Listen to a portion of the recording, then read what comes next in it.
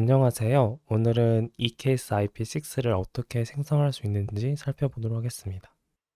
EKS IP6는 파드와 서비스가 모두 IP6를 사용하게 됩니다. get 파드, get 서비스를 조회를 하면 모두 IP가 IP6로 조회되죠. 반면 EKS 노드, 즉 이스트 인스턴스는 IP6와 IP4 모두 사용하게 됩니다. EKS IP6 노드가 굳이 IP4를 사용하는 이유는 기존 IP4와 통신을 하기 위해서입니다. 이제 이전 저의 영상을 보면 IP4와 IP6는 서로 통신이 불가능하다는 걸 알고 계실 거예요. 이제 그런 이유로 EKS 노드는 IP4와 통신하기 위해서 IP4 IP를 그대로 사용하게 됩니다. 그래서 정리를 하면 EKS IP6는 파드와 서비스는 IP6를 사용하지만 노드는 IP6와 4를 사용한다 라고 이렇게 특징을 기억하시면 됩니다. 한번 파드와 서비스, 노드 IP를 확인해 볼 건데요. 저는 EKS IP6를 미리 만들어 놨습니다. 그래서 1.29 버전을 만들었고 그리고 이 IP 패밀리가 IP6로 되어 있기 때문에 EKS IP6입니다. 이 상태에서 이제 파드 서비스 노드를 조회를 해볼게요. 먼저 파드부터 볼게요. 큐브 시스템 네임스페이스에 있는 파드를 보시면 모두 IP가 IP6로 나오죠. 그리고 모든 서비스 목록을 보면 서비스 IP 또한 IP6로 보입니다. 그리고 마지막에 이제 노드를 보면 get 노드를 했을 때 보이는 IP는 이제 IP6로 보이지만 실제로 이스트 인스턴스에서는 IP4도 할당이 되어 있어요. 인스턴스에 대한 IP를 보면 IP6도 보이지만 이 프라이빗 IP4도 보이죠. 즉 IP4와 IP6가 모두 사용을 하고 있습니다. 그러면 언제 EKS IP6를 사용하면 좋을까요? 바로 이 IP 고갈이 됐을 때 사용하면 좋습니다. 이 IP 고갈이라는 거는 좀 여러 가지 의미가 있는데 가장 흔한 IP 고갈은 이 서브넷에서 더 이상 IP를 할당할 수 없는 거예요. 서브넷을 여러분을 보시면 Available IP4 Address라는 이 필드가 있을 거예요. 서브넷에서 만들 수 있는 IP 개수인데 이 IP 개수가 이제 0으로 되면 더 이상 IP를 만들 수 없다는 뜻입니다. 다르게 말하면 파드도 생성이 되지가 않아요. 이제 그럴 때는 기존에는 커스텀 네트워크라고 서브넷을 붙이는 기능을 사용을 했었는데 그거마저도 이제 더 이상 고갈이 되면 다른 대안은 이제 IP6밖에 없습니다. EKS IP6를 사용하는 또 다른 경우인데요. 바로 VPC를 더 이상 만들지 못하는 경우입니다.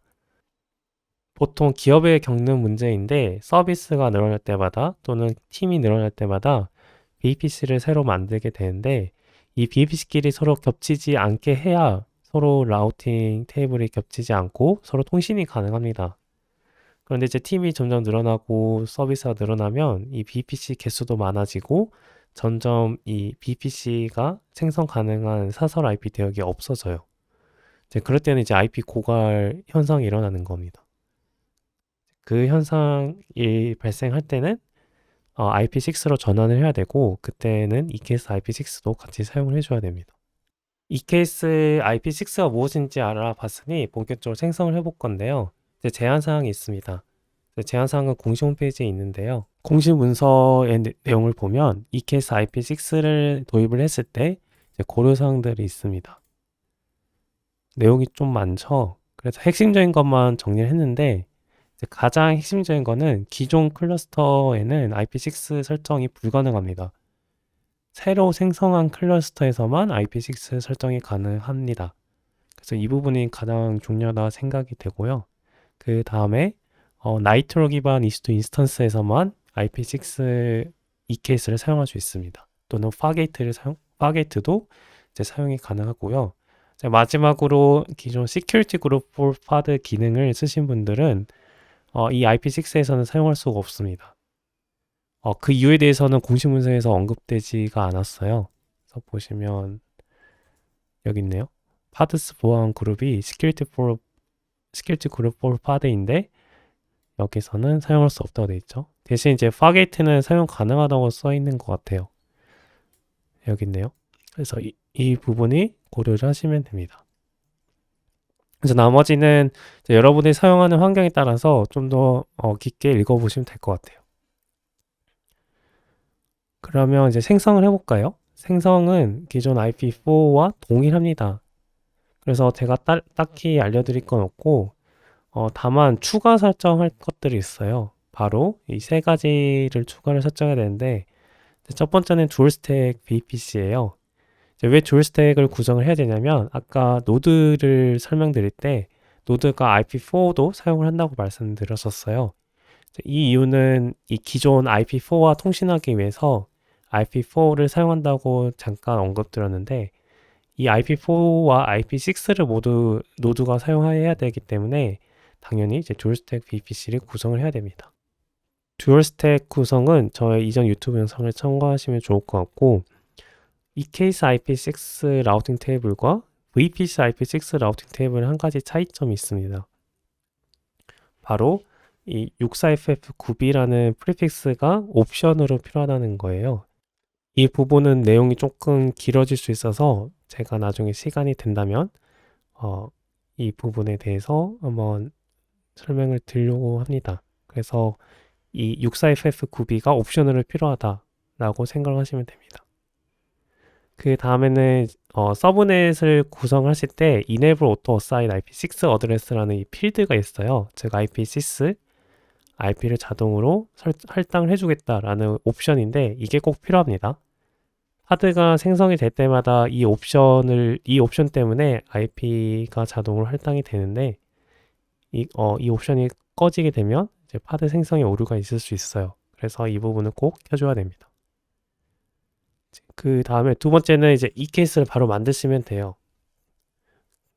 만드실 때 이 클러스터 IP 어드레스 패밀리를 IP6로 설정을 해주시면 됩니다. 방금 봤던 부분은 이 케이스 생성 단계에 있습니다. 그래서 이 케이스 이름을 입력하고 그 다음에 다음을 누를게요. 그러면 이 네트워킹이라는 메뉴에 IP 타입을 어떻게 할 건지 선택사항이 있습니다. 이때 IP6를 선택을 해줘야 이 케이스 IP6가 생성이 되게 됩니다. 세 번째는 VPC CNI 애드온 설정이에요. VPC CNI가 사용하는 IAM 폴리시를 보면 아직까지는 제가 2024년 3월 기준으로는 이 IP6 IAM 폴리시가 자동으로 생성이 되지 않아요. 그래서 파드가 생성될 때마다 이제 지금 저 오류가 발생을 합니다. IP 할당을 실패했다. 즉 VPC CNI가 정상적으로 동작을 하지 않는 거예요. 왜냐? IP6에 대한 IAM 폴리시가 없기 때문입니다. 이건 공시문서에 있는 내용이고 공시문서에 있는 IAM 폴리시를 그대로 이 VPCNI IRS 롤에 어태치 해주시면 돼요. 그러면 이제 VPCNI가 정상적으로 파드를 생성하게 됩니다. 이 케이스 IP6 고려 사항 중에 VPC CNI에 대해 IAM 폴리시를 수동으로 설정하세요 라는 이제 가이드가 있어요. 그래서 이 가이드를 보면 여기 있는 폴리시를 VPC CNI IRS IAM 롤에 추가해 주세요 라는 글귀가 있습니다. 그리고 저도 이제 이걸 보고 추가를 했죠. 그래서 애드온 보면 VPC CNI가 있고 여기에 IRS IAM 롤이 있고 이 IRS IAM 롤을 보면 폴리시가 제가 수동을 추가한 인라인 폴리시가 있어요. 그리고 이 내용이 이제 IP6를 다룰 수 있는 폴리시들이 있죠. 보면 assign IP6 어드레스 이거가 핵심입니다.